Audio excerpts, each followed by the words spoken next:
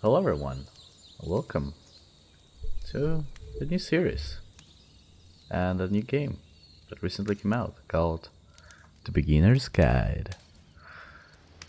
I know what it's about. The only reason I actually bought it was because it was made by the guy who made the Stanley's Parable, or at least by the same studio, I think. I'm not sure on with what I'm gonna play it. Keyboard or the controller, I'll both plug in. I'm ready for this. So let's begin. From what I saw, as the Stanley's Parable was, this is gonna be a mindfuck. Let's do this. Begin the game. Ooh. it's on. It's in my ears. Okay, fuck this.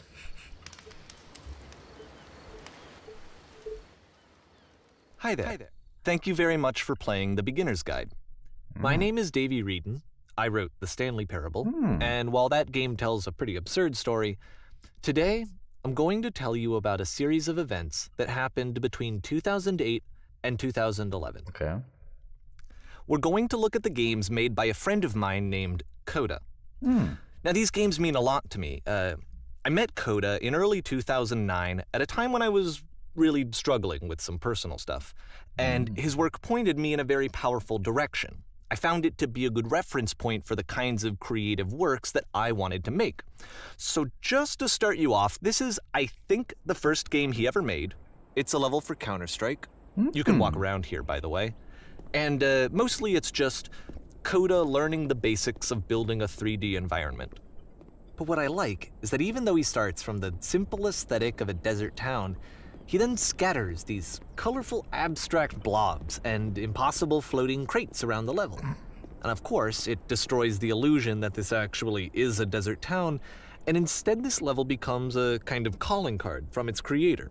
It's like a reminder that this video game was constructed by a real person. And it kind of makes you wonder, what was going through his head as he was building this? I know. This is what I like about all of Coda's games. I mean, not that they're all fascinating as games, but that they are all going to give us access to their creator. I want us to see past the games themselves. I want to get to know who this human being really is. And that's exactly what we're going to do here. So, it's 2008, Coda starts making these games, and he never releases any of them. He doesn't put them onto the internet, he just makes them and then immediately abandons them, and they sit on his computer forever. And I think he really understood this image of himself as a recluse. At one point, he jokingly renamed his computer's recycling bin to Important Games Folder. So, you know, this was just how he worked. He tended to crank them out one after the other without even really pausing to try to understand what he had just made, until suddenly one day, he just stopped. In 2011, that was it. He made his last game, and then he hasn't made another one since. And that's why I've taken this opportunity to gather all of his work together, is because I find his games powerful and interesting, and I'd like this collection to reach him, to maybe encourage him to start creating again. And if the people like you who play this also happen to find his work interesting, then I'm sure it'll just send that much stronger of a message of encouragement to Coda. So thanks for joining me on this. If you have a particular interpretation that I haven't mentioned here, or if you just need to get in touch, you can email me at daveyWreden@gmail.com. Okay, that's about it for introduction. Let's take a look at Coda's first proper game. As each game is loading, I'll show you the date that it was completed. This first one was made in November 2008. Okay. Oh, it's cool. I like this. So the controller works? Alright, I'm gonna use the controller then. It's gonna be a lot smooth for you. Okay, no. Well This done. game is called Escape from Whisper, and it's one of the more generic games you'll see from Coda. Nope. It's cool.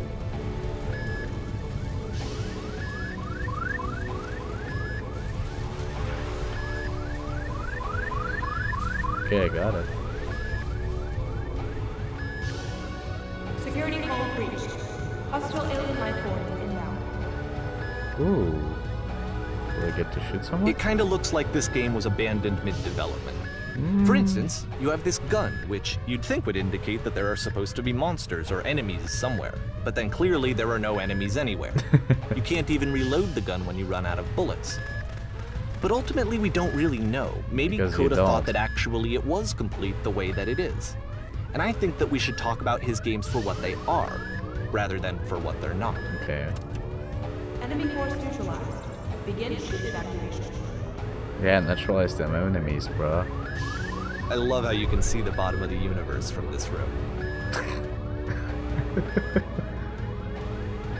That is cool though. It's cool looking if you don't look down. This is cool though.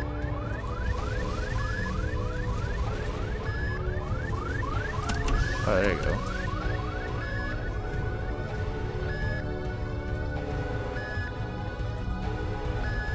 Remember? Apparently, the space station has a labyrinth on it. Sure, I don't know. There's really no reason for it that I've ever been able to discern, so in the interest of time, I'm just gonna skip you on past it. Yay, thank you. Gonna go back though. 'Cause why Or not? if you'd really like to solve the labyrinth, you're welcome to do that too. Oh, so I was going the right way. Okay. Please don't tell me I lost my stuff again. Whew. Okay, this is the part that's interesting. Okay. The game has this narrative about the whisper machine and how it has to be turned off, and then you get to the engine room. My hair is getting out of control lately. Hey, you there, in the engine room. You could save us all. That beam is powering the whisper machine. We could disrupt it by introducing a great enough heat signature. If your body could stop the beam. Ooh, can I It's so kill much myself? to ask, but for all of our lives, would you do it? Could you give yourself? I don't really know yet. I don't know what lives are we talking about here. I don't really want to step into it. Nah, I'm good. Motherfucker. Nah, I'm not gonna do it. I'm just gonna wait. This is not a branching point, unfortunately. The only option is to step into the beam. What if I just don't step into the beam? If I just lie down and look at it?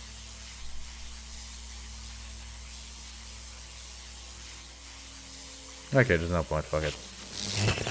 Well then. Let me pause here for a second. What you just experienced, stepping into the beam and then dying, is probably what Coda had initially intended when he was developing this level. Okay. But when he first compiles and plays it, something goes wrong. There's a bug somewhere. And this is what happens instead.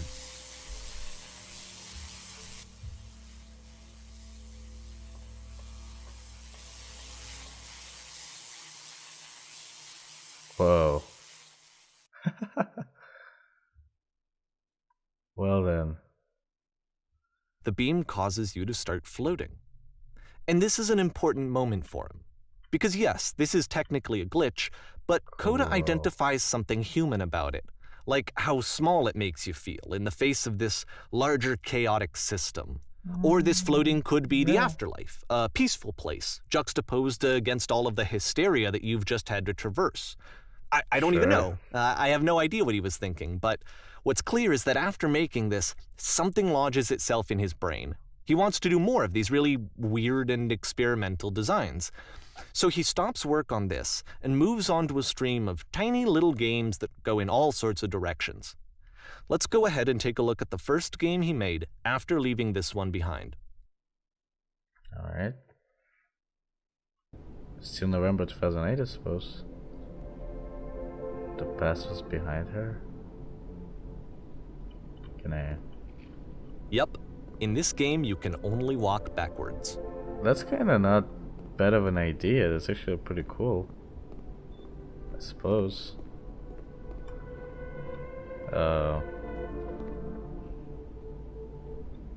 It's not bad. I think. I'm not gonna fall. What? So it's a short and relatively Ooh. minimalist experiment combining motion and narrative. That's cool. It is less advanced than the previous game, but actually it seems to be more focused, more complete. I agree. Code is trying to give it a unique voice rather than simply basing it on a pre-existing trope. Why does the future keep changing? Ooh, that's cool. I like this. When she stops and looks, it becomes clear. Ooh, this is cool. I like this. This could be definitely something that someone would actually do in a game, in an indie game or something. But if the future is always behind her, how will she find the strength to do what? To confront it. It's a short little thought, it says what it wants to say, and then it ends. Didn't need anything more than that. Which to me is why it works, because it gets out quick. I agree. Okay, next one. I can actually walk, but I cannot see shit around me. That's cool. Just as a break, on Steam it says it's about a 1 hour game, so I don't know. I wouldn't know how long it will be actually, so we'll see. The shorts are going to be actually relatively short because I don't have time to make a lot of episodes lately. But this is really interesting at this point. I'm happy that I made the purchase. Now entering. I'm entering what, brah? Tell me. Can you tell me what I'm entering? I'm now entering. And that's I it. did it. Okay, the What? meaning of this game won't be clear just yet. Please be patient with me for a few more games, and I promise you'll see what makes it interesting. Oh, okay. December 2008. Oftentimes, Coda would put bizarre titles like this one at the start of his games. Whoa. I wish I'd known him at the time that he was making these early games. He would really only talk to me about his work as he was making it. Once he stopped work on a game, that was it. It was dead to him. And I don't agree with that at all, but what are you gonna do? Make him complete it.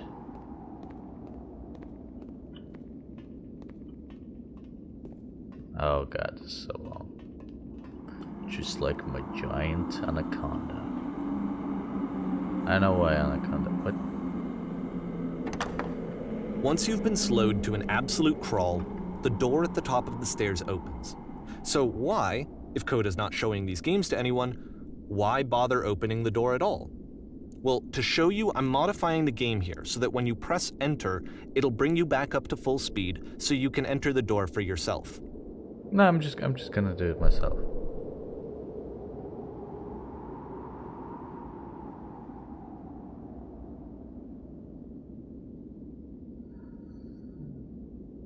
It's really late, by the way. I'm gonna fall asleep if I do. Fuck this.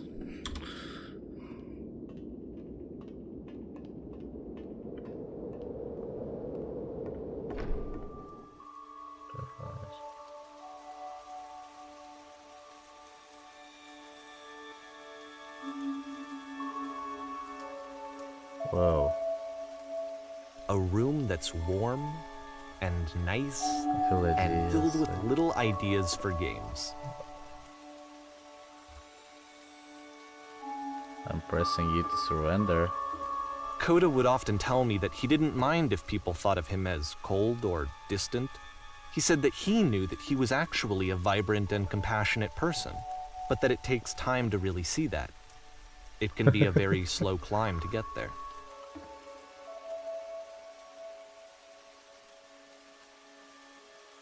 This is cool. I'm just going around. Well then. January, I guess. Ready, set, fish. I'll do that.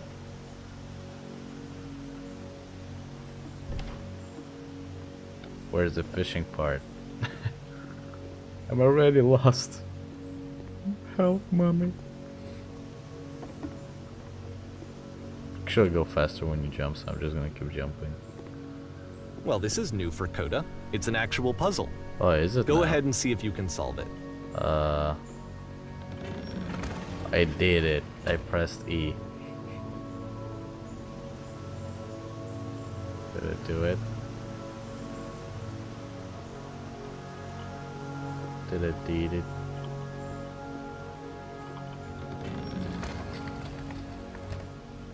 Am I fucked?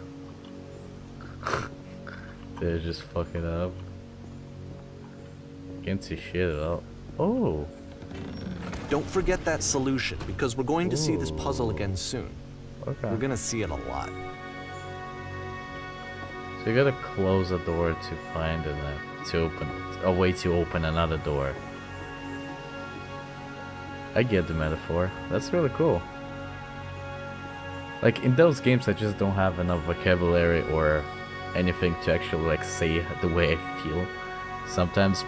So most of my reaction would be just like, that's really cool. That's pretty much it. That's all I got. That's all she wrote. So that seems to be it, right? No, You walk down a corridor, you solve a puzzle, you get to the end. Simple enough. but it's All right, not. now I'm going to modify the game again so that when you press enter, it'll remove all of the walls from this room. Okay. Oh, I saw a screenshot of this. Whoa. Bruh. How about that? There was more to it than we had any way of knowing. I actually find it funny that this game comes after the stairs game, since they essentially convey the opposite idea. So, in the stairs game, a dull exterior concealed a rich interior. And then, in this level, a dull interior hides this fantastic outer world. Either way, I think that the point is the same, is that most of the time you don't get to know what you're missing, or even that you're missing anything. That's not your role as a player. It is. So not. if your role I agree. here is not to understand, then what is it? To play. Because we're the player. Oh, we're back here. I'm still entering. Aha! So, this, combined with the entering game from earlier, tells us that Coda believes his games are connected somehow. It could even be that the stairs game and the puzzle game are literally connected in between this and the entering game. There's a bigger picture that all of these Is it? games are meant to play a role in, some larger meaning that we won't be able to grasp until we've seen all of them. And once we have, we can step back and start to understand what exactly that bigger picture is. I hope you will explain it to me because I'm not getting it yet. March 2009. Alright. Great and lovely descent. Ooh. There's a screenshot on this team. On this team. Let's talk about video game development for a second. Sure, I like Every that. video game runs on what's called an engine, which determines what the game can and cannot do. So in other words, the engine is a set of tools for game development. To make all of these games, Coda is using an engine called Source. Okay, you know that. Like all engines, Source has certain things that it does well, and it has certain things that it does poorly. One of the things that it does very well is boxy linear corridors. That's why so many of Coda's games are set in these large, flat, empty rooms, is just because he's working with what the engine does well. The tools available to the creator shape what kinds of creative work they're going to end up making. You might consider paying attention to the architecture in Coda's games to notice how they seem to stem from an engine that's very good at producing linear, boxy corridors. What happens if I jump and die like that? Rip.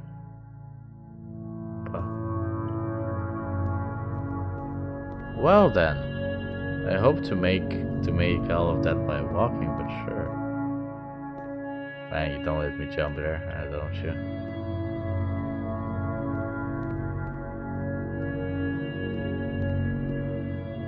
Okay, so that's why the jump is so weird. It is made on the Source engine. Or is it? It runs a lot better though. Though to be fair, I don't think I played any Source engine games lately. Like the original Source. Why is this so creepy?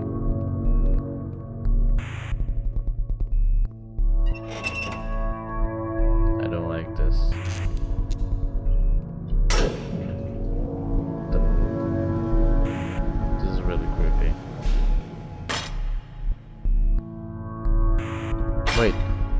This prison, funny damn it. enough, in Coda's original design, the doors stayed shut for a full hour before letting you go.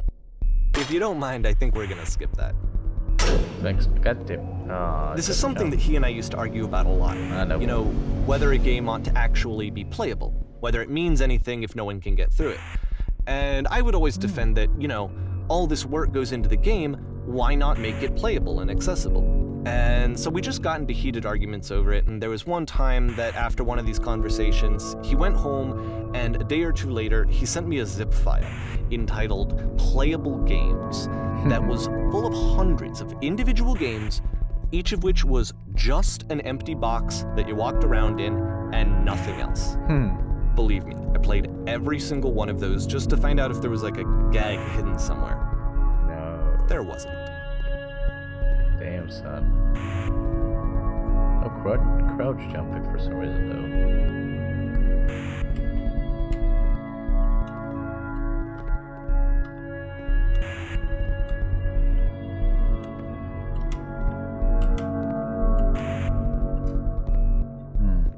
This is interesting. Indeed, is a game meant to be played? If you think about it. This music is really weird, I have to say. Well then. It's the puzzle again, with the exact same solution as the last time. Is it though? The room's a little bit bigger though.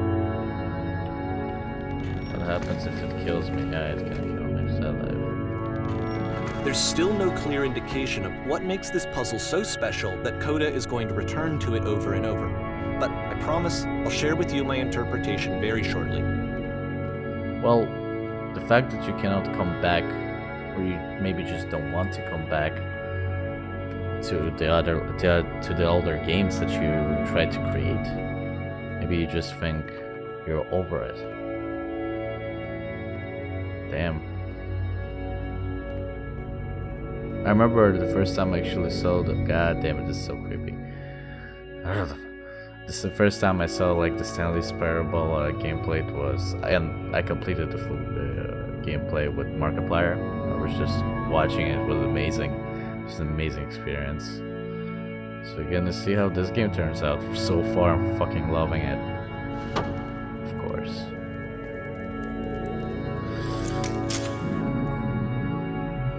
Here, Coda begins using a kind of dialogue system that he fashioned out of the engine's chat capabilities. Use the 1, 2, 3 buttons on your keyboard to respond. Did you come from up above? What was up there? Yes, it was a world stamped with witness. Yes, there was an enormous person I spent hours. Prison.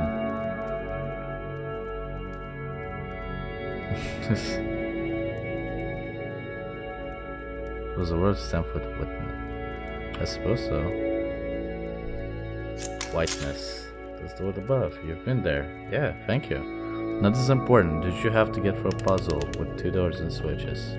No, I don't remember having to go through any puzzle. I'd prefer not to tell you. After all, we were only met. Yes, I did. It was literally the last thing I did before coming here. I prefer not to tell you. After all, we just met. What? But you don't understand. We're trapped here. Puzzle is the only escape. We need to get through it. You think you want to get through, but trust me, you don't. Let me describe it for you. Let me tell all about what is over there. Alright, I'll tell you how to solve it. I'll tell you how to solve it, sure. Wonderful. This is really creepy. Well, what is it? What's the answer? Please speak to me. Please speak to me. Tell me how to escape. I must know. It's most important.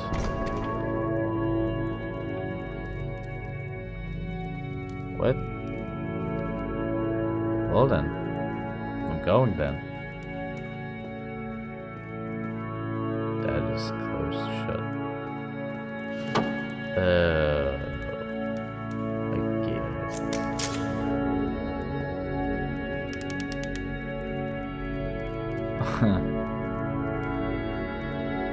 Hello. How did you get there? Was there a puzzle you had to pass through? Yes. Do you want to know how to solve it? No. I've been right there, here this entire time. I suggest you go and see the puzzle sometime. It's not meant to be solved, but you can sit in the black space in the middle. What happens if I solve it? Why would you guys sit in the middle? Who are you? What happens if I solve it? I'm not sure, but if any suspicion, well, you won't find him. Okay.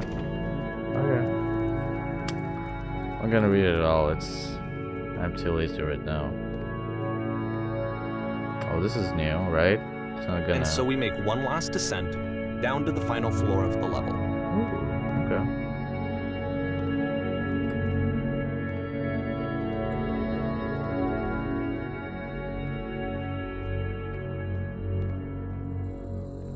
Ooh, it's the thing from the beginning.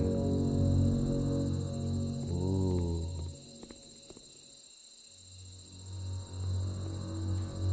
It's a lamppost. Yeah, I see that. Okay, I can't tell you quite why, but for some reason, Coda fixates on this lamppost. It's going to appear at the end of every single one of his games from here on out. I'll tell you what I think. A light. I think that up to this point, you know, he's been making really strange and abstract games with no clear purpose, and maybe you can only float around in that headspace for so long. Because now he wants something to hold on to. He wants a reference point. He wants the work to be leading to something. Okay. He wants a destination, which is what this lamppost is. It's a destination. We're going to see it in the work as well. His games are just going to become a lot more cohesive, a lot more fully developed, with more of a clear idea behind them. And as we go, that idea will get clearer and clearer and clearer. Okay. Well, you know, I think I'm gonna... This is chapter 7 already. You know what? I think I'm gonna leave this episode here. This is great so far. It's definitely not the same type of game as was Stanley's Parable, because in that game you could literally just break it. But it was made to be broken. But this one is more of story driven, like the developer just really, the writer at least, just tells us the story of his friend. So I don't know how this is gonna turn up. I think the game is like about an hour long, so we'll see about that. So right now I think I'm gonna leave this here. So thank you everyone for watching. My name's Artur, and I'll see you next time in the future. Mike, don't hit my hand. I'm still trying to come up with a outro or whatever. I don't know. See you in the future, people. Bye.